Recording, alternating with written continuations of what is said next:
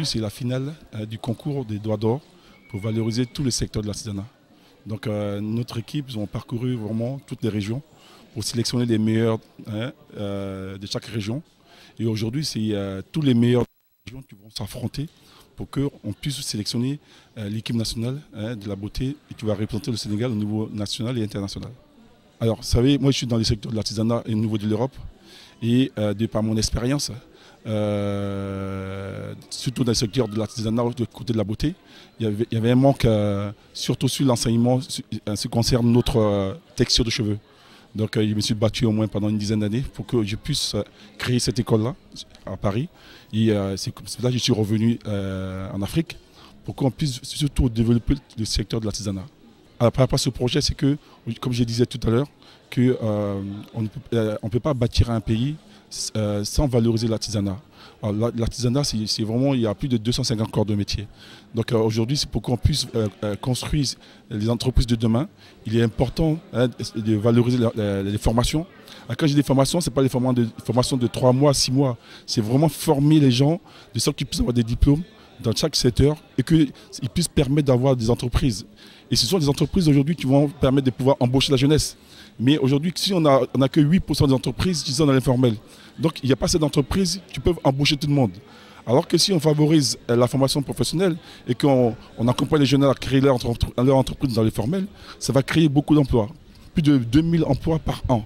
Donc pour vous dire que les pays riches, ils n'ont pas une formule magique. Ils appliquent vraiment ce que je suis en train de vous dire et que moi j'ai eu cette expérience-là. Et ce que moi je demande aux autorités, qu'on applique ça et qu'on puisse vraiment bâtir un campus de métier dans lequel on va intégrer la chambre de métier et qu'on puisse former toute la jeunesse et que demain on puisse avoir vraiment une entreprise, surtout des entreprises. Et oui, bien sûr. Vous ne voudrez pas un pays, comme vous voyez aujourd'hui, la plupart des pays africains, après l'indépendance, ils ont favorisé tout ce qui est enseignement général. Maintenant, tout ce qui est secteur de l'artisanat, c'est que depuis 1994 qu'ils ont développé. Ouais, donc, c'est-à-dire que c'est quelque chose qu'on a négligé aujourd'hui au pays. Ouais, tout ce qu'on a autour de nous aujourd'hui, c'est l'artisanat. On a la maçonnerie, on a les plombiers, les menuisiers, tout ça. Mais si ils apprennent leur métier dans l'informel, ils vont travailler dans l'informel. Et de l'informel, c'est-à-dire qu'il n'y a pas de l'argent qui rentre dans la caisse de l'État. Alors que dans les pays développés, toutes les entreprises sont dans le formel. Donc tout le monde paye la taxe, la TVA. Et c'est cette TVA qui fait que le pays est riche. Mais comment voulez-vous qu'on soit riche si on a 8% d'entreprises qui sont dans le formel? Alors, la prochaine étape, c'est que dans chaque pays, il existe toujours tout ce qui est final dans chaque pays. Et là, la prochaine étape, on va faire maintenant la Coupe d'Afrique des artisans. Et c'est les meilleurs là qu'on va présenter en Coupe du Monde. Figurez-vous qu'en Coupe du Monde de la beauté, il n'existe aucun pays africain. Et on est en 2025. Donc c'est pour dire qu'il y a un manquement et qu'il faut que vraiment on travaille dur pour qu'on puisse avoir une considération au sein de la nation et aussi au niveau international. Alors, le défi à relever, c'est que je pousse la jeunesse surtout à se former. Peu importe l'entrepreneuriat qu'ils veulent faire, tout ce qu'ils veulent entreprendre, il faut d'abord se former.